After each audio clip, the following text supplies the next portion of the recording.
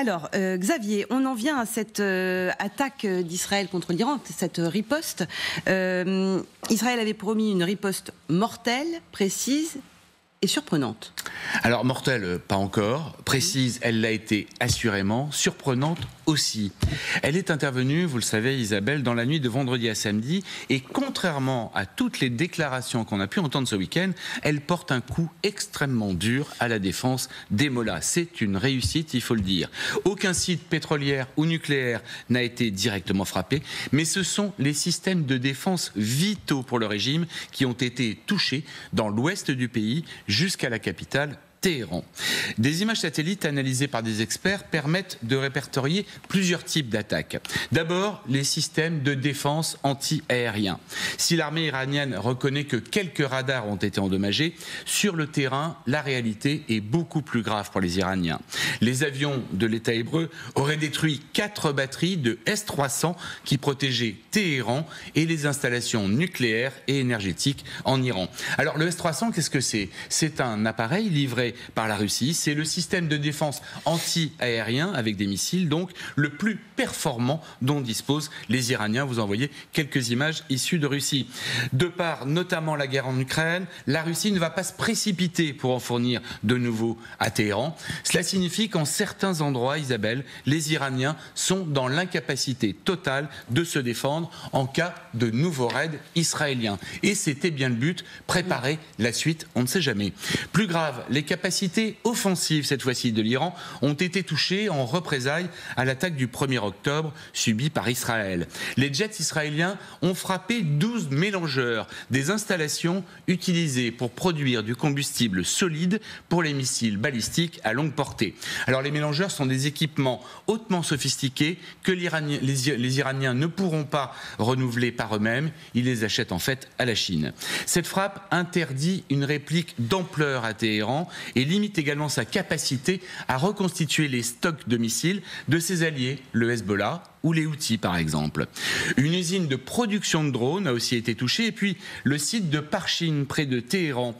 C'était dans le passé une installation utilisée pour la recherche et le développement d'armes nucléaires. Elle était peut-être encore au cœur du programme nucléaire. Là, on ne sait pas trop, on a une incertitude, mais il est très difficile pour le moment d'estimer si cette frappe a été psychologique ou hautement stratégique, mais ça pourrait être le cas. Côté iranien, on continue à minimiser, bien sûr, la portée des frappes israéliennes. On verra si une réplique est prévue par les Iraniens ou pas, mais là, pour le moment, on essaie de faire profil bas. Hier, l'ayatollah Ali Khamenei s'est refusé à appeler à une nouvelle riposte directe, en tout cas tout de suite, contre l'État hébreu. Le guide suprême a précisé qu'il ne faut ni exagérer, ni minimiser les frappes israéliennes. Illustration, sans doute, Isabelle, de la délicate position dans laquelle se trouve aujourd'hui l'Iran. En tout cas, c'est pas un hasard si les infrastructures pétrolières ont été épargnées.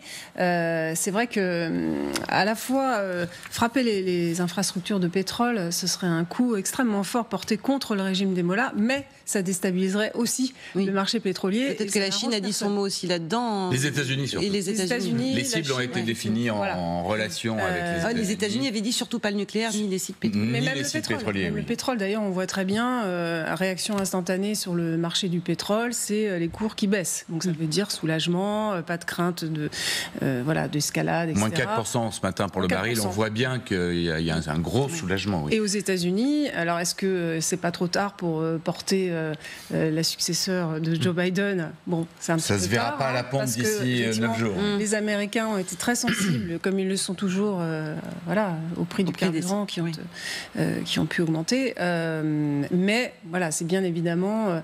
En fait, là, on joue avec le moins pire en ce qui concerne les infrastructures. Mais il faut bien retenir, avec une riposte qui, a priori, est tout à fait efficace du point de vue militaire israélien. Oui. C'est-à-dire que là, ils ont réussi à jouer sur les deux tableaux, à ne pas embraser le monde, évidemment, ne pas embraser le marché du pétrole, parce que même si l'Iran vend son pétrole essentiellement vers la Chine et vers des pays, nous, on est très peu concernés par le pétrole iranien, mais la fermeture, par exemple, du détroit d'Ormuz aux pétroliers aurait porté un coup extrêmement dur à notre propre consommation de pétrole, et là, c'est plutôt l'inverse. On devrait voir les prix à la pompe baisser dans les prochains jours.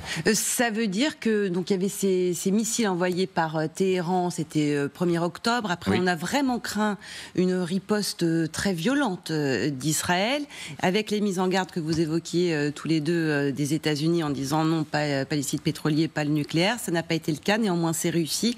Est-ce que l'Iran qui joue la prudence, Israël qui dit nous, on a réussi, ça veut dire que circuler, il y a plus rien à voir, ou en tout cas chacun a marqué. On va pas faire de prédictions, mais effectivement, on sent que la situation peut maintenant se détendre. Ouais. On a aussi de l'autre côté, et les Iraniens ont insisté là-dessus, d'ailleurs beaucoup plus que sur les frappes israéliennes, des négociations qui se déroulent pour, d'une part, libérer des otages israéliens de la bande de Gaza, et aussi un éventuel cessez-le-feu, peut-être de quelques jours. On a encore sur il y a des négociations qui sont en cours là, qui ont repris hier, c'est ça. C'est très minimaliste pour le moment. Ce serait assez étonnant que ça aboutisse avant l'élection présidentielle américaine du 5 novembre, mais il y a des choses qui bougent, faut attendre un petit peu pour y voir plus clair. Mais c'est vrai, vous avez raison, c'est aussi un temps suspendu que l'on vit en ce moment, et on l'a évoqué évidemment en attendant la date des résultats de l'élection américaine, si tant est que, pour ne pas le citer, Donald Trump accepte le résultat de l'élection, bien sûr.